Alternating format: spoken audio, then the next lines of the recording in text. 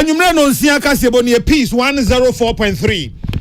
Okay, 101.7 neat 100.9 Ship House Abeka Junction Accra.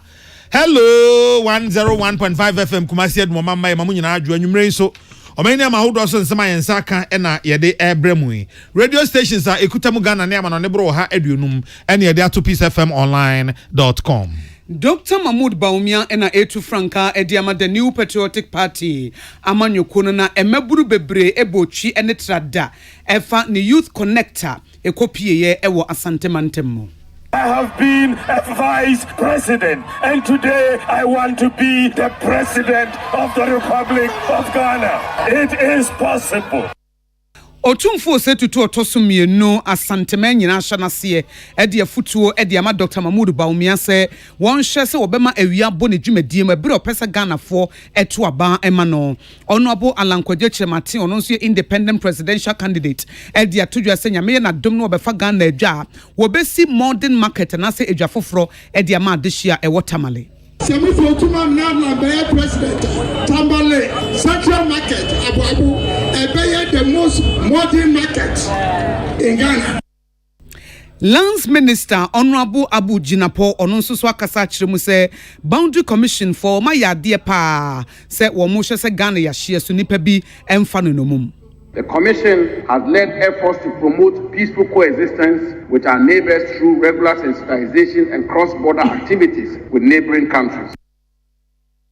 Edema Stop TB campaign, eyen samawa yare no Orua Kwabena Agbozo edi atudwa se TB nro no se eho ye dia emu ohu papa Ghana Statistical Service nso de nhwehwemu bi aba bepie mu se enkwada beye empema hankono ena yedi wo mo eye adwuma ewo Ghana ha ye ne child labor ene mpanifo bebre wo mo ye labor expert ahodo ye ne wo mo bedi nkomo edi afa ho ensempi ka we nim ho ene yedi som se kasebo ewo peace 104.3 FM so na yemfa ho aseda Emma Novus Industries and Trading Limited. Wamo ena ede anomni asese obi atu agusu pe bi ato abadwa so. Dolphin roofing system se chance ede bod so de Dolphin fo ho ena yeto no size ni type bi a wonsabeka. Amen Scientific Herbal and Alternative Medical Hospital. Allahu Shafi Allah on ya safo. High Sense Ghana si yamfantum nyina mo anim se about home appliance ya. Se wan to High Sense de a ene na wo kwa akoto eja wadwo. MTN or say baby amununkum hatabia MTN ewo ho na Oson's Chemist the Oson's garlic capsules so aba edwaso say nwako yada roma na wote enka enanwumre every Peace FM ewo Ship House Abeka Junction Accra yani wote enka yeme na ya okese ena akosia ago aboaje afei kasebo ne munsem no ene His Royal Majesty wotumfo setutu otosumienu a asantema nyina ehyenase ede afutuo ama Dr. Mahmoud Baumia se wonhye se amamuo pa ebekoso na amamuo pa bekoso a na woni ne kore emfa nkyere Ghana fo wo se wo beka aban ho emombedi Ghana so ekọ emfie nwotwe eti bibi ekọ ye ne de ankoye bia no wonka mu ne kore emfa nkyere Ghana fo na de tosumienu wono nso de obetimi aye na ni swade hunu de ode esi na ni so se we na metimi aye we na metimi de aboa Ghana no na eno nso pensem wakandi obetimi na Ghana fo to abama no na wono nso e de ababa ye adwuma asante hene echiremu se empum tuo de eye nkakra nipa baako ne nsentimi nkata nyame ani eti nipa baako fo entimi nya bibia na ma obi aba na ono so ababa ye ne de eti yema mpani His Excellency na nado dankwa kufu ado Ghana fo de tumi hye ne nsa na ono nso de obetimi no wababa ba ye di mpum tuo ni bia ababa ka ho eti nipa foforo no ono nso beba no na ono nso ababa ba ye bi na ono nso de bia ba nto obi aba de otimi ye no ababa ba ye na aboa ama Ghana afa ne ntoma pa efra ntimpum tuo de ye nhwe ni musa nipa baakofo ba na ono de waye bibia pepepe obi aba de obetim no obeya na foforo nso aba na ono nso aba ba ye de nto ogide se mampanyin His Excellency na nado dankwa kufuado waye ne de Dr. Mahmoud Baumia nso so ono nso epese obeya ne de eti saa enete enti obi aba ye ne kakra no na Ghana efa ne ntoma pa efra wode sansami etudwa ebra Dr. Mahmoud Baumia ene MPP domu mpanifo wo mokọ menhia hemfie ekochiano Ghana man ehwese ebenya omai betu na akoso amaye nyinara okasa wakan ne ma sinani so onyakwa na nyame no ne eboa no ba obeye de ama Ghana man aban ya menua na dodankwa wo mu waye bi adru ba bi ne sese ebesi ame asa to aba de ohunu ye nti wo fa se be ye na ba de akire no ɛno na aduru so nei ɛwɔ gidi a wonya wo mu sɛ wobetumi aboa na ma wayɛ n'adwuma sɛ ampa so wɔtete wa dabi wo nso wobetumi aba abɛtoa so ɛno na aduru hɔ nei hia ne so bɛma Ghanafoɔ hu deɛ waka na bɛma Ghanafoɔ nyinaa te aseɛ ne ɛhu sɛ ampa sɛ wo mu di n'akyi a ba wobetumi ayɛ nsakraeɛ ama Ghana akɔ so ɔmfa bue ne anidie ma Ghanafoɔ nyinaa no ɔntoro nkyerɛkyerɛ deɛ wɔyɛ mmɔ biara nte wɔn mu koraa yɛnni wafa koraa kyerɛkyerɛ mu yɛnte aseɛ ne ɛhunu sɛ ampa sɛ yɛnni wo hɔ koraa deɛ wɔka deɛ ampa sɛ yɛboa wo a woba wobɛyɛ ne yie Eni ayeti ye eye His Royal Majesty otumfo se tutu a wotoso emienu wowieye ena omampanya bedi ekira wono nso na etu franka ediama the New Patriotic Party amonyekuo no Dr. Mahmoud Bawumia HM se sawusha MPP amonyekuo no a Asanteman ene Northerners womo ena aye party ni ye pa na se Ashantis and Northerners womo nkabo mu womo kabo mu no ena omatimi ama party agina na wusha Asanteman modern bo mo abo edi ewura party mu nso a na eyade bia akono ankasa another Holland in America Emma also known Kukuko Americo to be a frank for 2024 election year na pia here uye MPP ni aoba we say MPP the crown na common na ba force ekutu tofochi and ba force ekutu ame Northern People's Party omoka omo omoye United Party that United Party no na Northern People's Party NLL na omo na omo odewo pa enti omo say yekui Asanteman any street for na omo kabo pa na ko ki traditional enti because the ye Frankatuni and Kenya ono ere Asanteman and Kabinjina has the Frankatuni. And the Pessemedi one thing said the Bimbe Fakwaya Buntu Beba Yamain Yayejuman Bakery, but ye Eni ayeti ye eye Dr. Mahmoud Bawumia wotu franka ediama the New Patriotic Party amanyoko na bere okopia him ye menhia himfie na onu otumfo kohyia ye ne dom na wokasa ya yama ne bofo panye 1 cm Samson Kwame Nyameche ena diama ne boyi ebesom ye na ne nhihye ne bi ni sese okomantam bia mu a ohye dabo dwane mabunu no ankasa enso kasa na okire na nisu ade hunu ema emabunu na sasembisa bi ho a wayi ano eno no atudin Youth Connect okwa Asanteman so woni mabunu a ewa Asanteman so ahia na bra ono wo mo ekasa na ose woni ni wura mampani akufu ado aban yi wo mo ede mfie enso kɔ ne nwotwe so na babedi Ghana so no mo baaye no o ma nhihye epi nenso no kwasem ne se o mo nwie niema ni nyina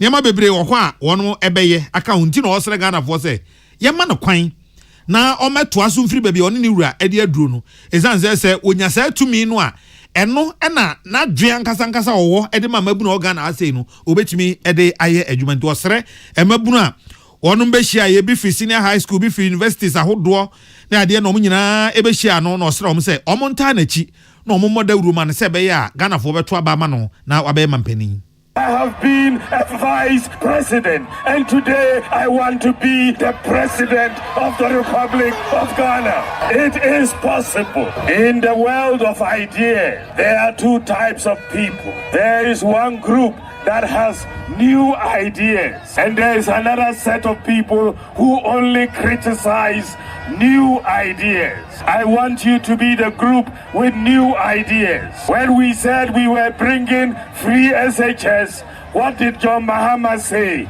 He said it was not possible. He said it was 419, he and his party. And we said it was possible. And we have made free SHS possible. Today, we have increased the enrollment in senior high school from 800,000 to 1.4 million students. Mampani abedi achire Alhaji Dr. Mahmoud Bawumia eno ode sasem we sei etudwa ewo Asanteman mu ebra one mabunu ehia ye Aguri Samuel eno ode samani ebreye was one for our Shensan or Bandia Japadia so, Meche Minister for Lands and Natural Resources, Honorable Samuel Abu Jinapo. Na Ghana Boundary Commission, Wabu Mabaso Power Juma Power, Moyefis Womo, and na Ghana Yashia so any Yensu Suono. Womo has said, Ye Diana Yedia, Etiahana Ghana Copim, Ahana Ghana Yesusudian Yedikosuo, na Womoye Wojuma Pa, Emaniko Inesiaka, Ghana Territorial, and the Maritime Boundaries in Ghana Boundary Commission, and the Yemwojuma. Now, Honorable Jinapo, Woma dear papa if says I wish na mo tuo ne modern bo mo bossa Ghana sanse nipa bi mfa kuntuna se magi bi mfa enka wo de ho anase epu anase nsuo no nso ebeye de apepepa na ekoyi ankasa wo say wish West Africa ha anase bibrema toye ha entokwa ne sakasaka ne huro yi a ekoso aman ya etwa ye ho ahia etere bia na we firi ha no wo mo ba ha no esese ya hia so de ye dia ne de ye koso a ejina mo pintina Ghana Boundary Commission for no ene ye sa adwuma no international boundaries to ensure that Ghana's territorial sovereignty is protected at all times. The Commission has led efforts to promote peaceful coexistence with our neighbors through regular sensitization and cross-border activities with neighboring countries. The work of the Commission in upholding international law to resolve boundary disputes through peaceful cooperation has been recognized across the continent, with several countries engaging the Commission to learn from them. To achieve greater impact, it is essential that we engage and empower border communities, including traditional authorities, border security committees, municipal and district assemblies in border areas, and other relevant stakeholders to create an awareness of the significance of boundaries and the contribution of stakeholders in border governance. Border communities often bear the brunt of border-related challenges, including cross-border conflicts, illegal migration, and transnational organized crime.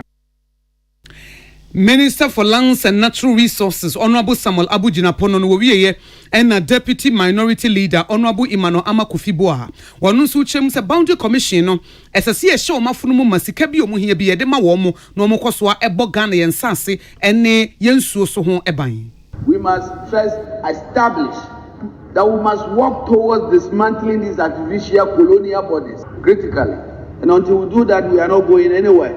So, Speaker, but let me say that the Boundary Commission is very important. Mr. Speaker, our recent experience in the dispute with Côte d'Ivoire was clearly a test case and showed how important the Ghana Boundary Commission was. It also became clear that the Boundary Commission was basically neglected. And so when that dispute came, it was clear that the lesson we must learn from that dispute, a dispute that almost cost Ghana $10 billion in oil on the ground. It told us clearly that we must strengthen the Boundary Commission and make sure that we address all our issues with the neighbors we have, whether it's Côte d'Ivoire, whether it's Togo, whether it's Nigeria. And the lesson we also learned in that dispute was that those boundary communities must own our boundaries. Honorable Emmanuel Amakofiboa, our Deputy Minority Leader Nekasaye no Majority Chief Whip Honorable Frank Anodompre, one also the nano to Subichim says a seminar Shebejano, any abedja for a commissioner ye Ghana Boundary Commissioner etnasie, na kwa ye befa so abua wo musika simono, wo munyina ejinjin ho emanisipi esita. The kind of funding that should be released to them. As we got, maybe in conclusion at the outset, I will seek your kind indulgence. Maybe you give some consequential referral. That there should be further engagement on this same subject matter. It cannot be the case that we talk, we purgate motions, we lament, and then we go asleep. The committee responsible should follow through on this matter and engage the Boundary Commission for us to come to some finality, i.e. funding and also the activities of the Boundary Commission. So let me take it a bit in context of the African continent. Boundary commissions work and the exchanges here and there. One fundamental matter that stands is trans-boundary resource management. And so the Ethnos case has taught us a lesson. Any ye Honorable Frank Anodompre, Majority Chief Whip no na de chatwono wachiam ya wadam na shebedwan no Right Honorable Alban Sumana Kingsford Backbin. Wonu su chem se na shebedwatfo no beto na mobi na omo ne Boundary Commission no ehia na ohaw bi a wo mo fam osikasem mo no wo madwendwene ho. Arrange a meeting of the Committee of the Whole of the Commission so that the Commission can give us a deeper brief as to the situation on the ground. Based on that, the House will then take it on And if there's more work to be done, we will work together with the commission, and we then see the need to give more resources to support them to do a more detailed work to solve all the problems. Right Honorable Abansumana Kingsford Backben where Chiami or Dam Rashebejam no William Gentu and Emmanuel Akole and a different Rashebejam Ebesumye. Na Ora Alan John Kwajo Chrematin Movement for Change or no any cover by on one age na wundinimo apre afi mampeni edwano. Ora Alan Kwajo Chrematin eden entwabo akwakopie mentifido. No one man for watamale e on mahin krom e kasa no ose. Ade ba ko esi nani so obeya magana eni se nyame ye na dom na obeya mampani a obesi abafu dwapa ewo tamale ya chese ne sesu ni ho eno ntin konkoda obebie sika kura bia no behwe adwadifo na waboa wo mo Traders Bank sebe ya ebetumi aso adwadifo asene ewo mo nwumadie mu na aboa ama mo nhyehyɛ ne nema nyina so so akototen Jeti America se ewura agoni se ena makota male Central Market Baba Abu Market na eyame ya se ekro kesi etise tamale market ya mutitwa wo mu na sitrenie eyame ya na we catch am say Semi Flotuma na be president Tambale Central Market Abu Ebeye the most modern market in Ghana. Every time Tamale a big commercial center. Tamale has a market in about 5 modern regions. Neighboring countries a program Tamale no commercial center.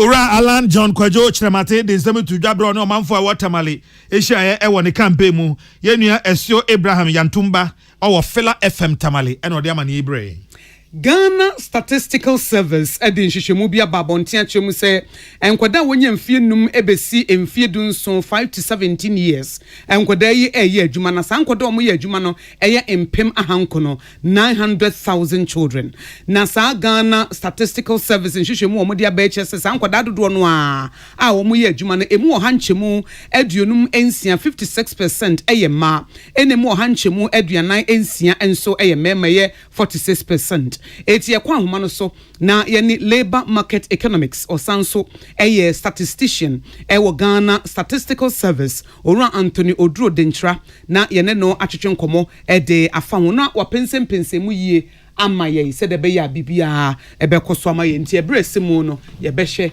na yene no atwetwe nkomo yo ene na yankonsam foforo mu en ayasabia hodo wa Ghana asei esu se enuro bia wo hia wo mo pa nkanka no be said ye de kutia ensamanwa tuberculosis za no sei enya sabia hodo no kire se mpamcho ayasabia hodo no sei sa nuro no ho akwatwe National Board Chairman awoda Stop TB Partnership Ghana no Owura Eric Kwabena Agbozo eno ne PC otwetwe nkomo awode tu dwa se ebia wote na kire se abeka se asemo a ye ka no watra asa keke na ye asemo a ehuma oman no papa se wonmo a eda TB nroso no ene omunye nrobium Owura Eric Agbozo se bebia ba bedu se si ama wonmo a eda sa TB nro no so no omo akwa hunye hia kese pa mu ya oman ne ntimi ntrase emunani enguso no kre TB product no de ajesem aka krebi no se asa say no enka TB clients no on kwakoji endro na intikede mom on monthly basis but this time kwa the mom just for weekly basis about 3 weeks near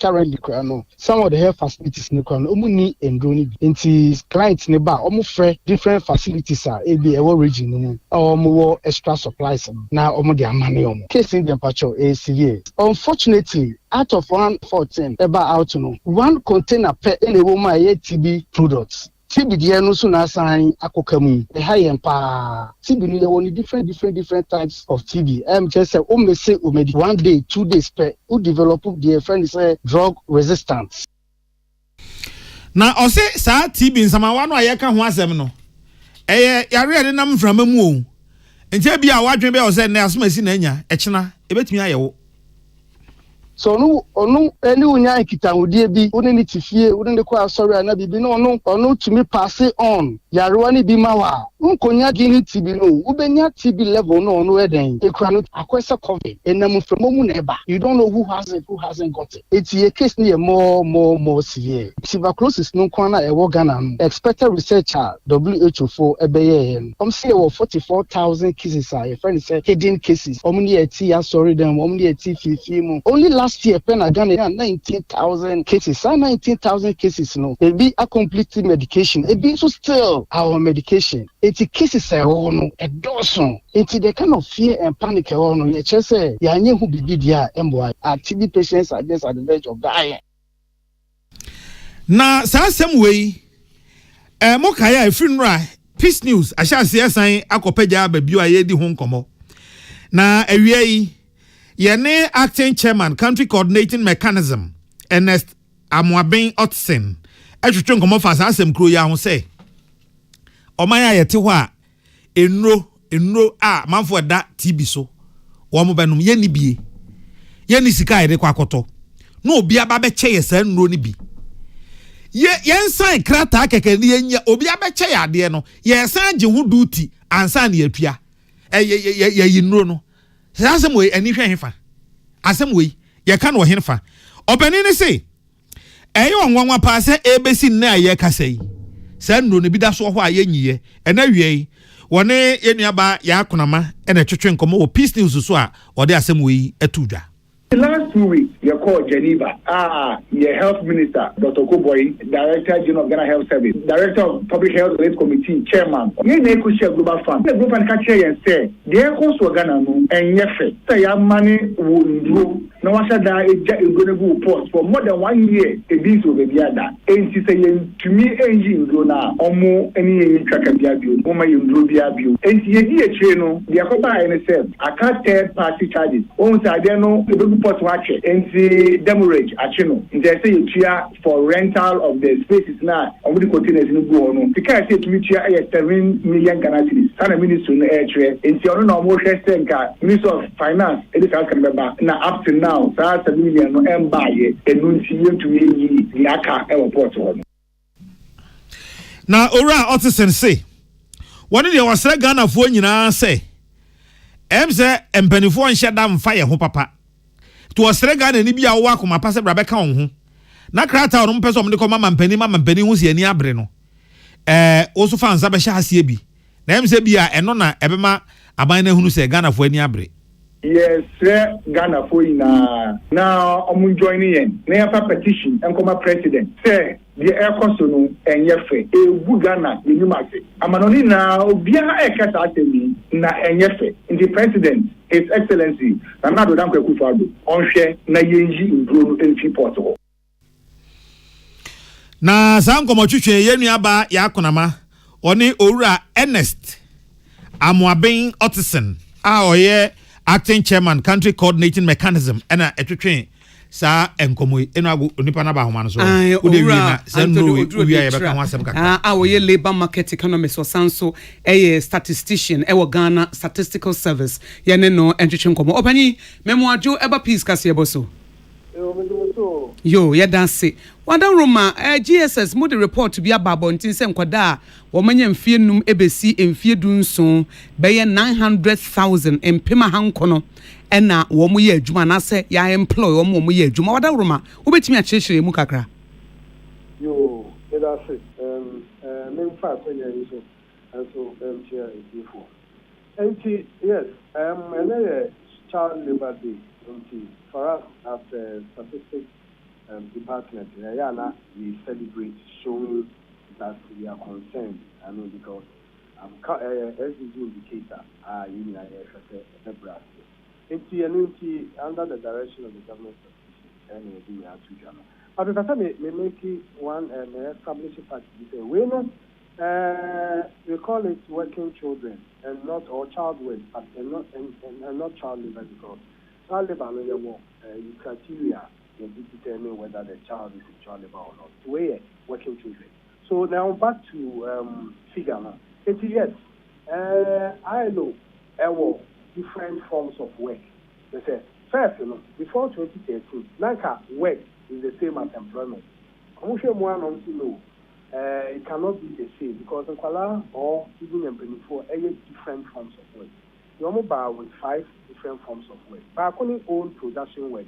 Some will a household will be a their intention is that you will consume it. If you own production work. Any employment work. Employment work near Juma for others, the use of others in exchange for profit or pay. And only employment work. Any work and pay training work. So we say Juma apprenticeship work and now we person work quite closely. That's also another type of work. Then the fourth one is volunteer work. There will be community work. Now we are and will be national. We also contribute volunteer work. And there are other work. Other work is in one man work if you have media about show me say if you are saying that we will say mapa chrome na one more to do. We have different types of work. That types of work in that you get a computer or a calculator. And you share you who say this 900,000. Almost a year Juma employment work, which is one of the forms of work. So that is the figure for those children now, almost year Juma in the employment work. Out of the 1.1 million, the 1.1 million, a year, almost if you every Sunday, there were who say 5 to 17 years. Almost say they define children a year below 18 years. But they measure child labor and children worker. They start 5 years to 17. 81st, that's the population 5 to 17. Almost year to do and they share another 10 million plus. So how do 5 to 17 age bracket? No money a year Juma. And you almost year Juma. They know you bear 1.1 million. Out of this 1.1 million, we are close to 900,000 a year employment work. Obanyi mame musa wo se emunhwehwemu no enkwada yi edie nti ne ma wo mokopa adwuma ye edie na mo hu nyina so ben na no mo gina so kasa o ebi a we nti se bia menye obi ama ne nhweme anase na ye de an wada roma. Okay, so yes, and then a friend is reading for employment work. So clearly, I mean, most of these children, so share even the second way now, say about half of them, 458,443 now, are in school. And if Nkwala are engaged in employment worker, there are so many factors. Number one, fact, poverty is number one reason for child labor because work is economic activity. And some of these children are vulnerable, and sometimes they have to engage with to support themselves. Some also to add to the family income, and others who are lured into it. And there are so many reasons that Kuala engage in employment work, but it's a serious concern because a certain Kuala work classroom for their future and not supposed to be engaged in employment work. So if we have this magnitude, one more a year, a juma. Now it called for concern. You see, the reason is that there are a lot of factors. Some are social, some are economic. In fact, one leading factor I can say, they cut the head of household. So a parent, head of household, the educational level, lower. Oh, who the reason why I said so much? I mean, school grant it's different from a doctor. Let me use it. Rarely say will be a doctor ever share say the back end school. And the educational level of the head of household. And another one is so it could be employment status of the head of household. The head of household or an parent, employment status, the juma award and fetchino enough. Obviously, also taking care of the children in terms of school. So the children are forced to get something to do to support themselves. There are a number of factors in this kind of anyway, the tete pa say ye be hu bibi ete say 5 to 17 years the mu sasa brain kra na ese se nkodan no omo enwomasua na education da wo makoma so wo mutimi nya wo madwiri muti wo mutimi di agro ye mu develop eno ne ade a wo boabo wo ho de akoda chi nti e ba se dia na che se eya rehosem ti ade afutu na wo de be ma about time say obi a wotie obi ade ye beye e de afasa wo ha we hu nti em se no na wa kame nti se if any child labor mpo a yen ka se nkwala enye adwuma ye obi age 13 to 14 years e friend age bracket a nkwala be ti ye adwuma ye friend permissible work or light work ni che say adwuma no and say affect nkwala no health any education and personal development. I'm happy to say what touch you on that.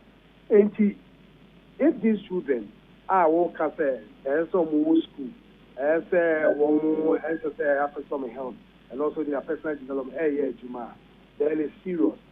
What's the other candidate there? The social media, they are up to government. Say if this number of children are engaged in employment worker, then as I say, one of the the friend of social intervention. Intervention means that healthcare will provide healthcare for some households and also what we call income security. Because all these it boils down to poverty. So if the household income secure that. They will not force these children into employment work. And then I will also move say the children's development is very important.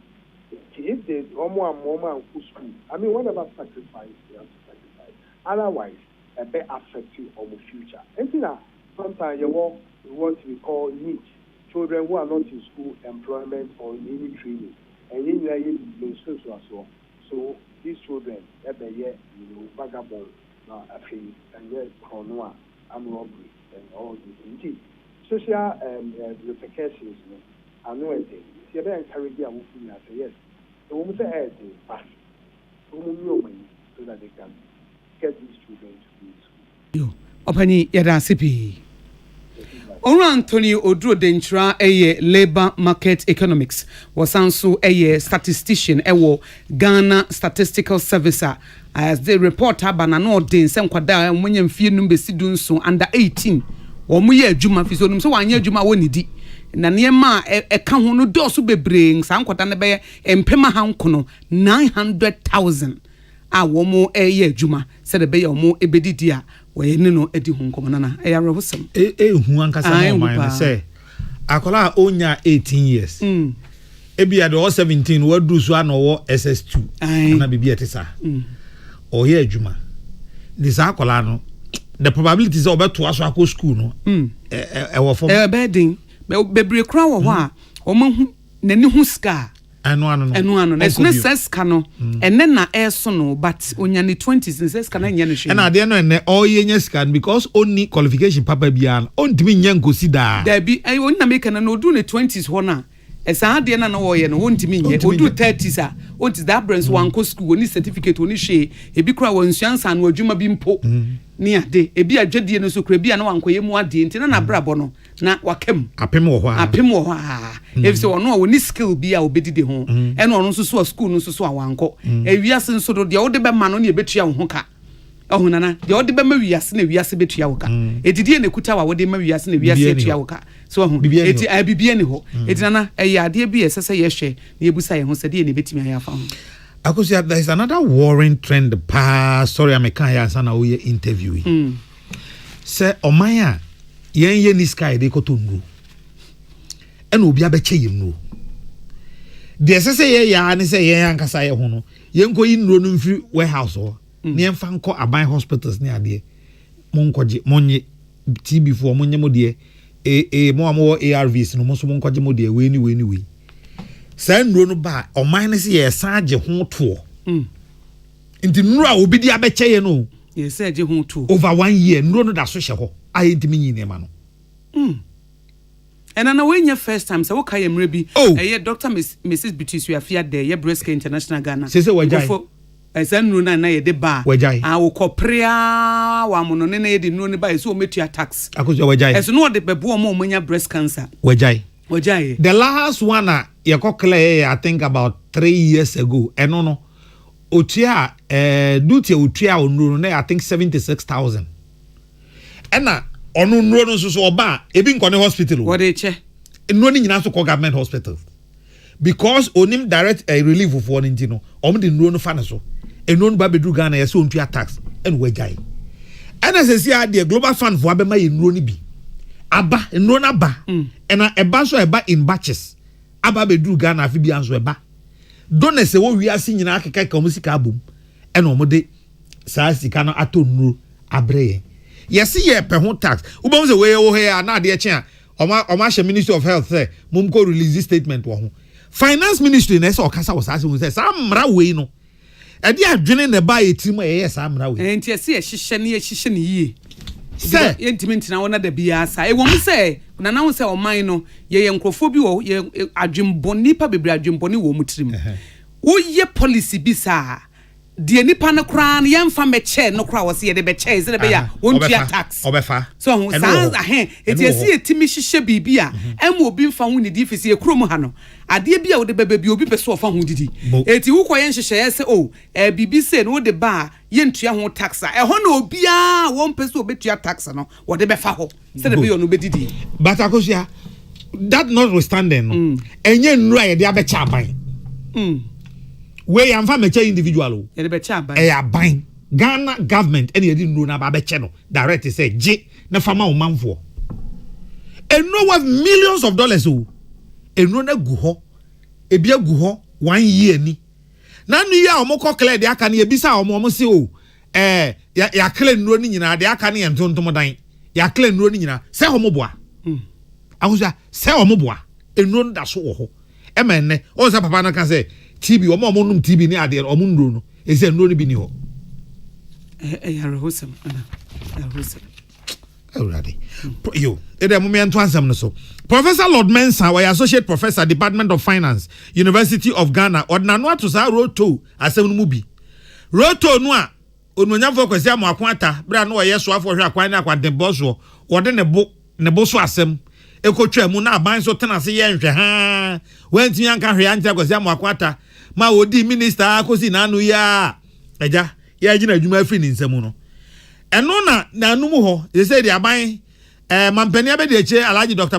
Mahmoud Baumia ne campaign mu na ode abetu dwa se ono na ogidi se esesa akwan no ye gi tozu ho na anu ya oso afo hwe akwan na akwantempon so onmonyafo aseso bo ache so da no batu mu bi se oman bi o e serious bi ya na yetua roto e wo sa man no so nti onyi ntumu sese ne o sesi an esese ye gya ne saa na sasem we na Professor Lord Mensah na no atu mu bi se roto no ayi firi ho no na edikan emo number enam kwa mu ba bia ena kai baba oman no so aboye wie dada no onu mom de ogidi se asem hia se yesan adwene ho se roto no ye be kwa akofa aba se zika wom kra na yesi esu a na bibia nsi ye kwan se sa abre no yetum ena de na ho na kra na yesi ye ntumu kra na geja na sa so a engankakra anye bia no ye betu ya dodo kwa ho amaye na ye de obi tumi obi kokoso asem akwa kotwam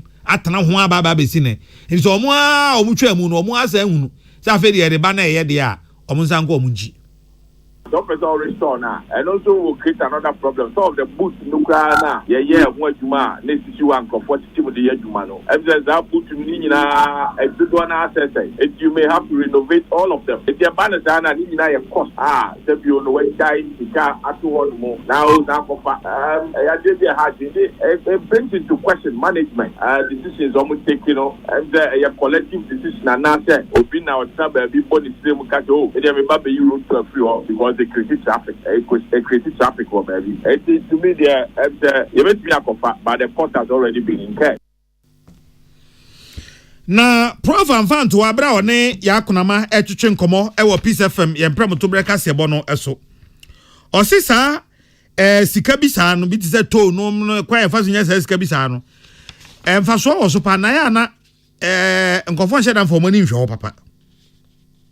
Ghana yes are discipline enough to say there yenya ilevika na ye be why road to there ya why I mean be there ya why way there ya why way there I'm say yenya are discipline no o share your problem ye work Ghana hapa there putoka say you bring misappropriation I don't know how you pa o share your kind be tutu that should tell you that you live in can cry DJ and road fund you know I'm say yes me and say that my any anko hu ama ikakura say you be renovate you be 50 roads next to no crano akoye problem here it to me there ezakofa enye bone no it's a policy inconsistency putoka Tanzania kano and every policy inconsistency there it comes at economic cost. Sansemi Professor Lord Mensah Associate Professor, Department of Finance, University of Ghana, One Yakunama, and a church home como a ye emperor to break us here, boss. Yeah. Ye kwe animu a ye wo National Labour Commission ya bedwafo mo hye adwumayefo ho nsem adwumayefo bi ko strike bi ye we asem bia ba ye ntwiti obi ye ya mfo obi amfa kwampa so na ya hye ne atente wo mu nyina na eno na wo de abetu dwanse na no no mo te ye se National Identification Authority NI adwumayefo se wo mo ahye strike ase adwuada na bedwafo nso no tena ase no mo se strike na NI adwumayefo so wo mo ye illegal etiamra eno nti wo mu ntwam na wo mu nkọ no mo ye wo modwuma pepepe Nebra Head of Public Affairs National Labour Commission Eiram Doche Kwame Totome Junior Ebra wo kasa no eno de atu dwase ebre aso se ye bedi mra so pepepe eti se wo kwa ye strike na se strike na wo ye na wa amfa mra kwan so na hyehyeye kwan so ansa na wo ya na eno no wabuso eti se obia eye na famu de pepepe na eno no mu kyeremu se parties ni nyina na chairman de ma commission Justice Kwabena Esuman Edu retired wono ehwe se wo mo betena se aka de se wo mo ka bia na wo mo kyeremu no mo se emra no section 161 ye Labour Act 2003 no wo mo ebuso eti wo ma hye Fair Wages and Salaries Commission se wo mo ntun samfra bedwafo no nyame yadoma efiada ebosomi ensie ne deto sudunan no mo ntena so na de aka kyire bia no wo mo nsiesie ye ne on tena ase no ye bisabisa on nsem no ebeto odwa se adwumayefo no se we kwan on fa so ete etua no wamfa nhyehyeye kwan said the Labour Act 651 of 2003 no kind section 161 na eka no adwumayefo no amfa saa kwan ni so ena odete atua no enti Labour Commission no Chairman Justice Kwabena Esuman Edu retired at ye dwemtenani no ehye say one call of strike no with immediate effect na one kwadwuma na fe one Fair Wages and Salaries Commission any management enkohia edafiada aiwe nimia on the 14th June na fe one bobo nsem ne so nsem ne bi ohokra one akọ eho nkitahudie dada nanso so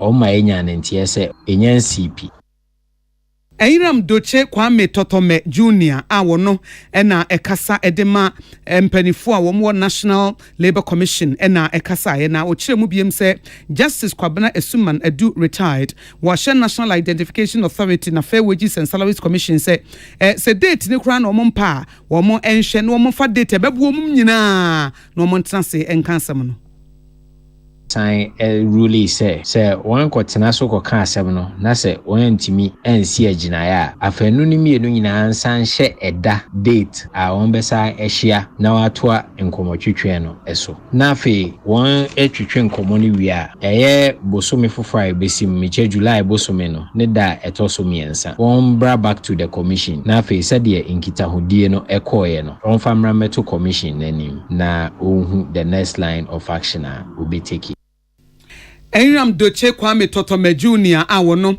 ene ye opanyina wada Public Affairs and National Labour Commission ene kasa ya Patricia Sefa Fisher etintim ede besum ye ne yetiefo South Dai Emrashe Bedwani ene onmunyam for Rocks and Nelson Dapwa Makpo wakasa Emrashe Bedwam de atudwa se ufri temahia ekwa aplawo a immigration for borders no a ewo kwan so edoso dodo eno se enya dodo no keke na ha no I said the free piece of a marco baby to say Amasama no. Udu abeka junction ha immigration for no omo border baako ha sei. Acha ne a free ma 7 echo of anko baako ho. Unya tra of anko enso so undru ayi first of scrap papa baako san ho. Won free ho endu toma baako che say Womo de borders na gu ekwan so bebre santiama kwantufo anam sa akwan so no. Omo bre papa ndo no rocks and ness and dafa amkpo de o ka kire aban se na da roma edoso dodo onhwe no nya hu bibi. Mr. Speaker, you get to Dabala. Dabala is located 150 kilometers from the Flower border, and yet you have an immigration border. You get to Sogakope, which is about 145 kilometers from the Flower border, you have an immigration border. And our people are treated when they get to these borders as if they are entering into another jurisdiction, when they are actually traveling within the interior. Mr. Speaker, the number of immigration borders dotted within the Volta region alone is unacceptable. And I think that something must be done about it. We are speaking of international boundaries, but there are zones in the Volta region that are treated like international boundaries. I have traveled from Sunyani to Domahinkro to Kofi Bedukro to the border. There was no immigration barrier except at the border at Kofi Bedukro, a distance of about 150 kilometers. But you cannot travel to the Volta region to home without going through about 6 immigration borders. Ade dienkwa hani heya kakrebi border immigration for no doors won kwan so ntiaman hwe no onya bibi onmonya for Roxen dafa makpo awoye south dayi emrahye bedwani na opeja asasem wei na bambo esoafo onmonyamfo Dominic Nitiwul e kan say aban eye bibi na nansen se de bibremu ayehye no aban ye operation bi a watu din our motherland na sa operation na kan bi se be ya aban di be hunu nipa bonefo ewuru oman mu ene omo ne manti na ama borders no adoso saadi osre na se onya ho abotre aban enim na obaye hu bibi. Security checks are a bit on the higher side in some parts of Volta and OT than other areas. It's simply because we have an operation there called Operation Motherland. It's not because it is deliberate. There is an operation there called Operation Motherland to check the activities of secessionist activities, and it includes the military, it includes the police, it includes the armed forces. If this operation is scaled down or completely removed, you are not going to see these things that we are seeing there. But as long as this operation is ongoing, which it is currently, we are going to see a little bit more security forces than other parts of this country. That's the only reason why you have immigration more than you have, as you have said, you are going to have soldiers more than you have in other areas. You're going to have police more than you have in other areas. Bambo Swafo Dominic Nitiwul eno this asemwe etudwa Emmanuel Akoli ene William Gentu ene de amane yefim na hyebedwam ebreye. Professor Robert Dakon Osei, a board member ma Ghana Statistical Service. Now what the said to district statisticians a womubu akonta de efa ohia said an empempenso ejina ene de ebeye e de afa ho e friend multi-dimensional poverty index no MPI report ne se wosre wo ada wo mu enhwe se district no sankuntabuo ne betimi aye adwuma be mu madwena koso pante be me yehunu se ebi a mansini we mu no ohia ewo so anase ohia abafom. Professor Robert Dakon Osei echire mu biem se sa MPI no yedibu akonta efa ohia se ohia ekosoro anase ohia eba fom no sa district statisticians wo mu bu akonta ewo mensi mu no ebeboa ma yeye mpuntudwuma hu se mpuntu ne yemfamfa ha de nipa hia nie asetene mu ahokyere na hananam eti edi wura ha nso ebeye ye fi se sa poverty index no ayeye no a ema yehunu se de nipa ahia wo mo ehia buburo wo mo de ye kakra womo de ombedi eden womo ntimi kosuku womo mpomdi yehu ni nyina pepepe no a emiyehu no se enwoma suamu no wamu na ehia womo pa empomden so ehiafo de we ena enwuma mu nso na asetena mu yedie saa de ni nyina no eboa ema ne koyie wode sansemi etudwa ebra woni regional multi-dimensional poverty index sampanifo no ehyiaye efiso ye ntete ma womo ewo kofoyidua ewo epoye mantemu. Whereas in the past we have typically looked at poverty issues just by examining how much income, for instance, one has. Now we are saying that there are other dimensions of poverty which needs to be taken into account. So you may be non-poor in income but poor in, say, education. You may be non-poor in income but, say, poor in health. Okay, so this is what the multi-dimensional poverty index tries to do. It tries to look at poverty beyond the typical indicator that we have used to assess poverty. And so not only are we launching these multi-dimensional poverty reports. These reports are also at the district level. And so for all the regions in Ghana, we are actually going and then launching the district level report.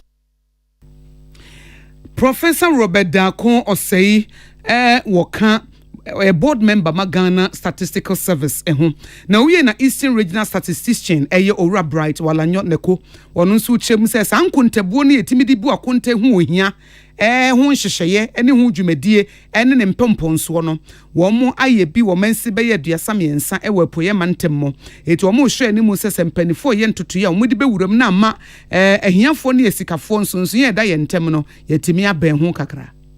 And when it comes to Eastern region, when you see at a larger frame, you see that poverty is not severe in Eastern region. But with this multidimensional poverty report, you see that already basically that now we are measuring poverty in different areas, not necessarily limited to monetary measurement, but which include health, education, employment.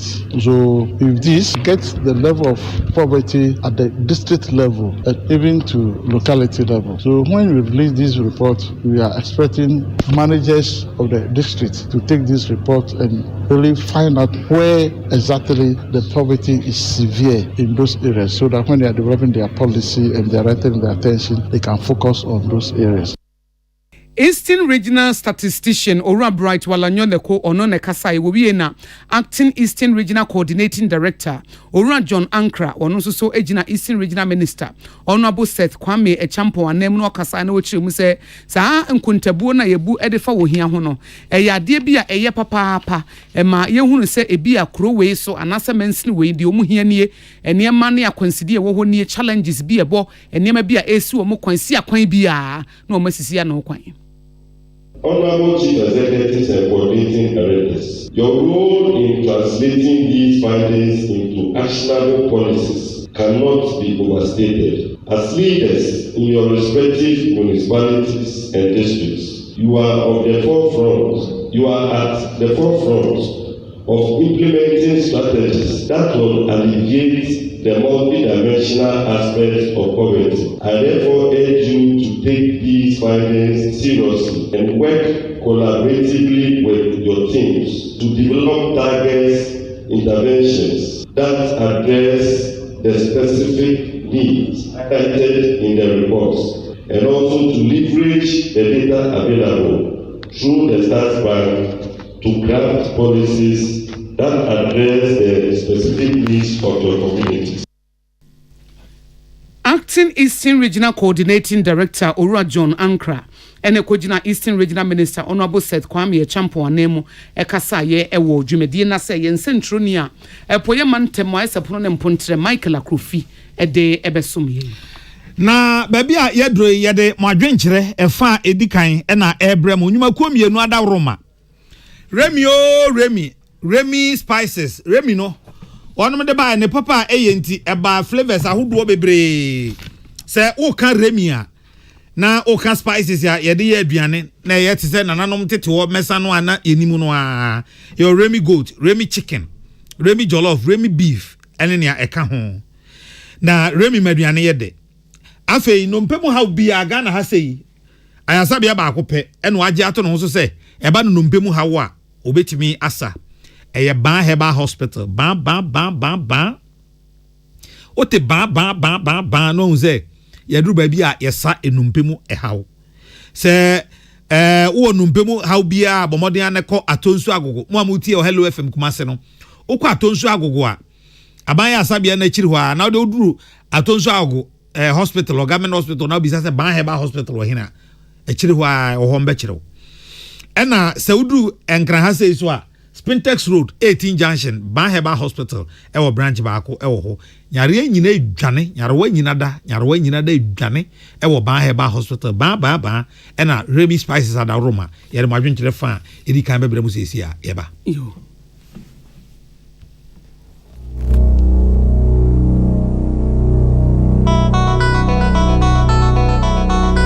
Happy Delight fruit juice. Wachulala, swachulala, chichi soso. Afrana pa. Epe pashu breakfast and was in woman. Joe Happy Delight fruit juice against with toast, cereal, and even them cool. And we ain't a bread and fifi. The most fridge man. Happy Delight fruit juice. One of what? And you be here. I come out to relax anyway. So I know when you're. Let's say what a chamado. Happy Delight fruit juice. Off and a berry, I bring you all day long. One fruit juice. I'm Happy Delight. One different flavors, different size. You number 1 liter. Number from NG 150. And now 250 ml.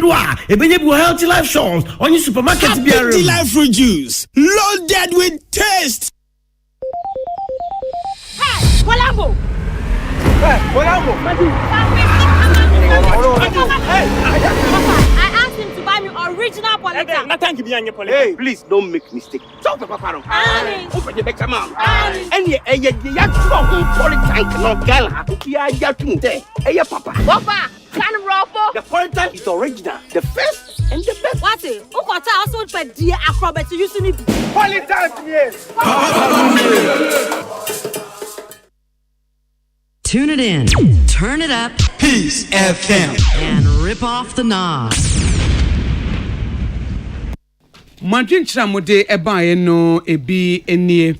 Teacher Kudio Tepanyina Susu dia wodi aba wo se Dr. Mahmoud Baumia wo hwa na ni swade hunu kuta no se Ghana fo mo so no hwede ne ejai wo beboa mo papa pa ne mampanyi dada His Excellency John Dramani Mahama de tumi ne yede ma no na Ghana fo pamo no etiasase yetimi mani pa foforo ba no obeye me hwede Dr. Mahmoud Baumia so betimi aye ede aboa ye Ankoma K Foster wo fonse ayerebi eno no nso ede abase yenkoso a entime point djuma hodo a MPP fo ahyase no momfa enkwa wieye emaye ena Benjamin Asante o se me mama jo anumre me shamo from United Kingdom na media desede to Ghana fo nyina anim said Dr. Mahmoud Baumia montoma no efise utimu se wo betimi aye Ghana yie papa na yenhwe de obetimi aye ede ababeboa ye Master Planner Junior Kentampo no se Ghana fo se mpuntu beba dia na ese Dr. Mahmoud Baumia ena yebeto ede amano na akismi se hwebekwa no se His Excellency John Dramani Mahama wono de wo track record kese pa se ba mpumtuo ne nkanko de a wo de mufo enti Ghana fo se mo pese mo da chi ya mom yensan ko yachi na yenkofa ye mampanyi dada His Excellency John Dramani Mahama na yenua Crispo nso de a wo de aba nse mampanyi dada His Excellency John Dramani Mahama obetimi akade obetimi akabia Ghana fo ya to atwene mprenu ne ya to atwene ye mefa wo ne ensan emfa wo china eno no nso edene die eba ha se ye fantastic Wilberforce se hwia sanwe so eno so de to Ghana fo nyina enim se se wo hwa Ghana abase eye highest African cost of living chese ye na wostro pa ni nyina ne se wo man ya ntutu ne yie da bia ne ye kopebosia sika no so pa ne ya ne basabasa eti MPP for de wo ma mo ye kra na ye nua Lamtekin Rashid eno se Dr. Mahmoud Baumia obedi nkunim we say 50.90 eno di benya ena Lawrence Texan o say o my be kure ni ene yetimu yi eno no nso ede ne de ebae ensema ye de sum woni mredi di makote ne bi ene se Dr. Mahmoud Baumia a wotu Francadia ma the New Patriotic Party Youth Connect jumedie no wada na di na emebu ne bochi ene trada kohia na wasante memo no na enya asem ketwa na ho ene wotu mfo se tutu otoso mienu asante hene de afutuo ema ne se na memu no woma awia emmom na wonka no krenche Ghana fo emfa ni obetimi aye edi ababeboa oman no ono abo alankwaje chiremate oye independent presidential candidate edi atodwa se Ghana fo to abama no tamale obesi dwa foforo edi aboa wo ono abo abuginapo a wo ye lands minister na so afo hwensa ase ne obade agapade so se abedwafo a wo mo na hwese Ghana ya hye so de ye de na etimo pete na etim ho yie na eposo na se yensu so nipa bi mefa no mom no ye from mo boundary commission na sa boundary commission no wo mo eye adwuma akasenti yenhye wo mafono mu ma na wo nyina so enye adwuma na opanyi erekwabena agbozo a wono na stop TB campaign wodan no chemse enuro no a eni ho no ehu papa paso obi wo sa yare nsama wa yare na se nipa no epaduru a wonya duru enom no eya tete ena Ghana Statistical Service eba BPS enkoda beye mpem ahankro 900,000 children ena omo ye adwuma nsa na omo didi nti se ka kwada ni so no a esese nka ne maame ne papa na hwe no nanka akoda ne timi ko suku anaso osua adwuma no ebibi ma ne ho no enkodo o manya mfie num besi dunso under 18 o munya mfie dunwotwe wo mo ankasa de wo mo hyebere ahye wo mo nsam nipa bi de wo ma bawiase ato wo mo ajeje mu eti nipa no wankwa nkodidi a akoda na nkoye adwuma woni dinti akoda wonya mfie num mfie nsia mfie nso no onenam na wo ye adwuma ebi mo nso wo a na wo so wo po obi ne natena no nso wato ne ba to atwene eti ese nkoda na edi amia ene wo mo bre eti wo se ya tete pa sese ye hwe na ye ka ho asem we ni nsem a ye de esomo ene enumre yi ye ne de kaseboi esomo eyeme akosua ago abowaje mene nana ya kese na nyuma ko bi ada roman ye de kaseboi ebremo Novus Industries and Trading Limited omo ene de Novus range of drinks abadwa so eyema punto bia dodo hyiamu bia ye serve Novus ewo ase eba nso so a eba ewo flavors ahodo ye coconut milk drink ye Novus original flavor melon banana pineapple and afi mango flavors to form fresh 0533 733028 0533 733028 Dolphin Roofing System say yamfanto animu say eba ne nchance de bod dance ebi te say IBR IDT self lock step tiles standing seam quality trusses aluminium any aluzinc materials color any size bia obi and abeto bi also so a yama 10% discount. Amen Scientific Herbal Hospital. Amen Scientific a specialized and unique alternative medical hospital. Eno eboa ewo apomden ha bia Amen Scientific or say Allah who shafi nyame ene yarsafo. Say oba Amen Scientific yare a wo de ba ye nse yentimi a ebehwe wo ne aka no kra kire say we de yentimi. Ne yemfa komani bra nkan to say ebetimi wa bra ye ankasa yenim say we yentumi. High Sense Ghana. Everyday prices for everyday people. Open refrigerator, chest freezer, air conditioner, television, gas cooker, electric cooker, washing machine, smartphone, sound system, rice cooker, blender, any de ka ho a. Mr. High Sense Ghana, NSS would wani echere. Ono mo de no papa ebesan a chen so e de amount. MTN. Ansa na meba MTN so no Ozon's Chemist or the Ozon's Garlic capsules abedwa so. Ozon's Garlic capsules no. Ghana say baby abedro bia okwa bia tonura ubenya bi e na afei Ozon's baby gripe water. De tie ne say ekoba ne say ebia wadwuma semunti ufise wapomden e wo form kakra ne ade a mesrew fuani echere Ozon's Chemist so ana drugstore bia baby tonura bia neto Ozon's chemist do FN Ozon's garlic capsule garlic any ade aye to pa yenketenkete benya hoode ne pa yesan ewo Ozon's baby gripe water obata bia obenya mfie num ohia bi ewo fie ne krakra mu ye MTN also we dey for you everywhere you go na say niema bebre akoso as oni internet awuntimi hwe bi but MTN no the internet ye powerful the most powerful on the Ghanaian market enti sa opa to so the MTN e wona say wodi wani ekire usiafo nyumako we ada roma ene yede kasebo ibremo make it a triple dial na obetena compese no ngotwebebo no ngotwebo a yede the platform no ngotwe kasebo na chi yede platform ebebrew yada wase amamomo enitia adeshi. Tune it in, turn it up, Peace FM, and rip off the knob.